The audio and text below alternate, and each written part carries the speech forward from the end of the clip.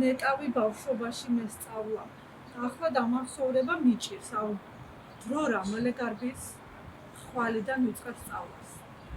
თუ მსგავსი ჩივილები მთელი ცხოვრება გაწუხებს, შენ სწორ ადგილას მოხვდებით და თუ შენი შვილი ჯერ კიდევ პატარაა, შეგიძლია საკუთარი შეცდომა შვილთან გამოასწორო.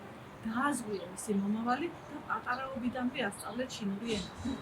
ზოგიერთი ახლა გამოხდება და იტყვის, რომ ჩინელმა აქეთ ისწავლოს ქართულიო, მაგრამ გახსოვდეს, მსგავსი შეძახილის ავტორის მიზანი ის არის, რომ თვითონ დაგასწროს სწორი გადაწყვეტილების მიღება და თვითონ მოიყვანოს თავისი შვილი და ნაკლები კონკურენტი ჰყავდეს.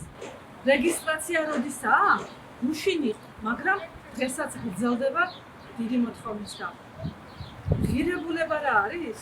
სულ რაღაც ერთი დაჯდომა რესტორანში. აი, დაიკეტა რესტორანი და ყველა ჩვენთან მოდის სამეცნიერო.